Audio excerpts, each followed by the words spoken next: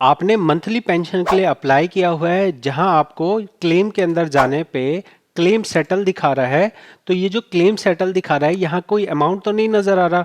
तो आप कैसे चेक करोगे कि आपको कितना पेंशन मिलने जा रहा है, और जो पेंशन वाला अकाउंट नंबर होता है वो आपको कहाँ से मिलेगा? इस वीडियो में मैं आपको यही बताने वाला हूँ। मेरा नाम सागर है, मैं पीएफ कंसल्टेंट हूँ। आपको यहाँ सारी वीडियोस 100% प्रैक्टिकल जानकारी और असली जानकारी होती है, फर्जी जानकारी इस वीडियो पे नहीं मिलेगी आपको।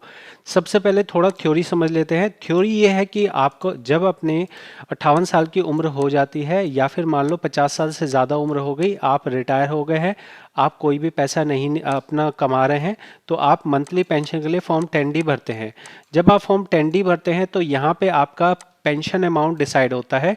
तो आपका जब फॉर्म 10D सेटल आप देखोगे तो वहाँ कभी भी आपको अमाउंट नहीं नज़र आएगा, वहाँ हमेशा आपको ज़ीरो नज़र आएगा। अब जब आपके पास पीएफ चेक करना था तो आपके पास यूएन नंबर दिया गया था, लेकिन जब आपके रिटायरमेंट की बात आ गई तो आपने सारा का सारा अपना पीएफ निकाल लिया। और अब जो पेंशन की बात आती है तो अब आपको एक नया अकाउंट नंबर की तरह एक चीज़ मिलेगी, जिसको पीपीओ बोलते हैं, पीपीओ नंबर। ये जो पीपीओ नंबर है, अब आपके पेंशन के बारे में ये पीपीओ नंबर से ही ट्रैक करना होगा। अब यूएन नंबर का आपके लिए कोई भी मतलब नहीं बचा है, आपको चाहिए आपका पीपीओ नंबर। तो ये पीपीओ नंबर आपको कहाँ से मिलेगा, ये चीज़ मैं आपको इस वीडियो में दिखा रहा हूँ, समझा रहा हूँ। देखो यहाँ पे 10D जो है पास हो गया है। 10D पास होने के 1 महीने 2 महीने बाद ही आपको जो ये पीपीओ नंबर है ये मिलेगा। अब इस पीपीओ नंबर को ढूंढने के लिए आपको क्या करना है, आपको यहाँ पे पीएफ, पीपीओ, या फिर मान लो पीएफ पेंशनर आपको सर्च करना है। पीपीओ मैंने डाला है, आप चाहे इसे पेंशन इंक्वायरी भी डाल सकते हैं, पीएफ पेंशन इंक्वायरी। अब अगर यहाँ देखेंगे तो देखिए नो योर पीपीओ लिखा हुआ है। नो योर पीपीओ पे टच करेंगे। बाकी अगर आप इसके होम पेज पे आते हैं, जैसे मैंने होम पेज टच कर दिया, तो कुछ इस तरह से नज़र आएगा। ठीक है, अब यहाँ पे नो योर पीपीओ नंबर हमें टच करना है। अब यहाँ दो ऑप्शन दे रखे हैं, आप अपना जो आपने अपना बैंक डिटेल डाला था उस डिटेल से आपको यहाँ पे पीपीओ नंबर मिल जाएगा। तो यहाँ मैंने ये टच किया। अब यहाँ मैं अपना बैंक अकाउंट नंबर डाल दिया और यहाँ मैंने सबमिट कर दिया। ये वो बैंक अकाउंट है जो मैंने अपने फॉर्म 10D में डाला है। इतना करते ही मुझे यहाँ पे अपना पीपीओ नंबर नज़र आने लग गया है। ये पीपीओ नंबर मुझे ये दिखा रहा है कि ये मेरा पीपीओ नंबर क्या है, किस मेंबर आईडी के लिए मिला है, किस आदमी का मिला है, और ये किस तरह की पेंशन है। जैसे पेंशन अलग अलग तरह की हो सकती है। अगर मान लो कि कोई महिला निकाल रही हैं जो उनके हस्बैंड एक्सपायर हो गए, तो उसको विडो पेंशन बोलते हैं, तो वो विडो पेंशन लिखी हो सकती है। मान लीजिए कि बच्चों की पेंशन है तो वो चिल्ड्रन पेंशन होती है। तो इस तरह से अभी जो पेंशन नज़र आ रही है वो सुपर एनुएशन नज़र आ रही है। अब इस सुपर एनुएशन का जब हमने समझ लिया, अब हमें आगे इसको अगर चेक करना है कि इसमें हमें कितना अमाउंट दिया जा रहा है, तो मैं सबसे पहले इस पीपीओ नंबर को नोट करूंगा। पीपीओ नंबर नोट करने के बाद फिर मैं आगे बढ़ने के लिए, मुझे ये पीपीओ नंबर मैंने लिख लिया अपना, फिर मैं देखूंगा पेमेंट इंक्वायरी।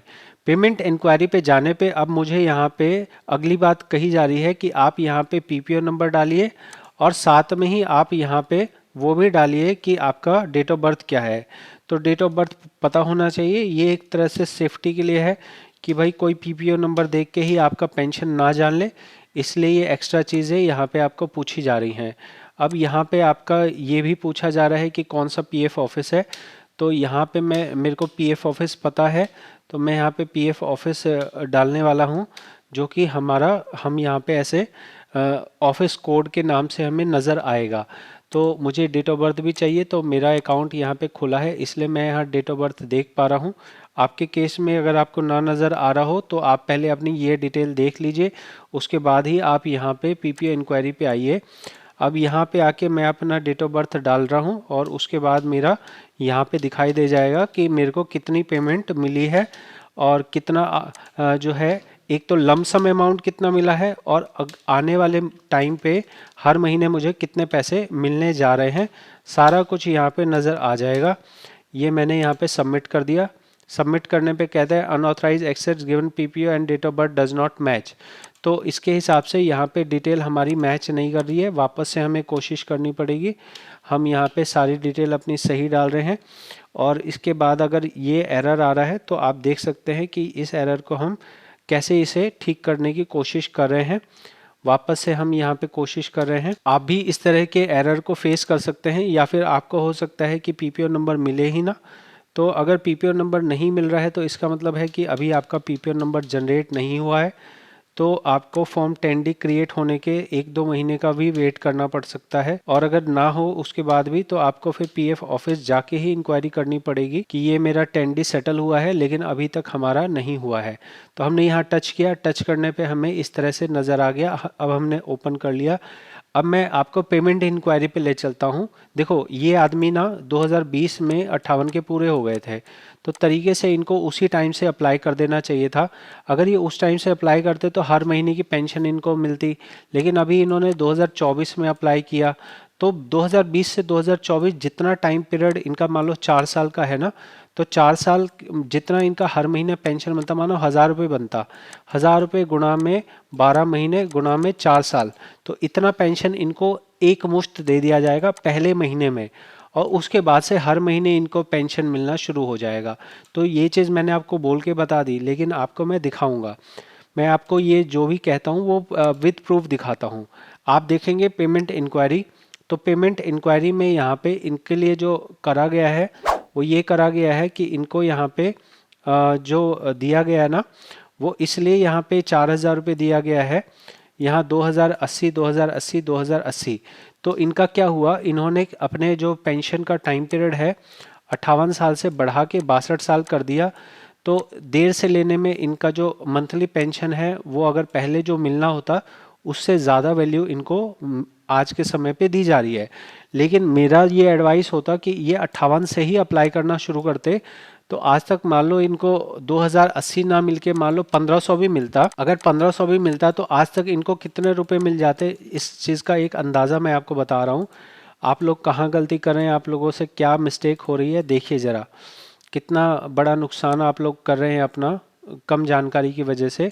अगर यही चीज़ मान लो 1500 रुपये ही मेरे को मिलती तो आज तक मुझे 72,000 रुपये मिल गए होते, और अभी इन्होंने 4 साल बाद अप्लाई किया, तो इस वजह से इनका क्या नुकसान हो गया। इस वजह से जहां 72,000 रुपये मिलते वहां अब इन्हें जो है अब थोड़ा थोड़ा अमाउंट बढ़ा के मिल रहा है, इससे कोई फ़ायदा नहीं है। तो आप इस चीज़ को ध्यान रखें, जैसे ही 58 पूरे हो जाए, या अगर मान लो आपकी उम्र 55 साल, मान लो आपका 55 साल कंप्लीट हुआ है, आप अभी जॉब नहीं करने वाले हैं, तो तुरंत आप फॉर्म 10D अप्लाई कीजिए अगर आपके 10 साल से ज़्यादा की सर्विस है, और अपनी पेंशन चालू करा लीजिए। तो यहाँ इनके केस में ये पहली किस्त है, तो इसमें इनके हिसाब से जो अधिकतम बनता था मई महीने से, मई और जून का जो पैसा बनता था वो इकट्ठा दे दिया गया है। 2 महीने के पैसे इकट्ठे दे दिए गए, 2080 गुणा 2 मतलब 2 महीने की किस्त दे दी गई एक साथ में, और उसके बाद से महीना महीना दिया जा रहा है। तो इस तरह से आप देख लीजिए कि आपको कितने पेमेंट मिलेगी पीएफ के लिए, और पीपीओ नंबर आपको कैसे देखने को मिल सकता है। अगर ये जानकारी आपको सही लगी हो, अच्छी लगी हो, ज़रूर से चैनल को सब्सक्राइब कीजिए, सपोर्ट कीजिए, और मिलूंगा मैं अगली वीडियो में। बहुत बहुत धन्यवाद।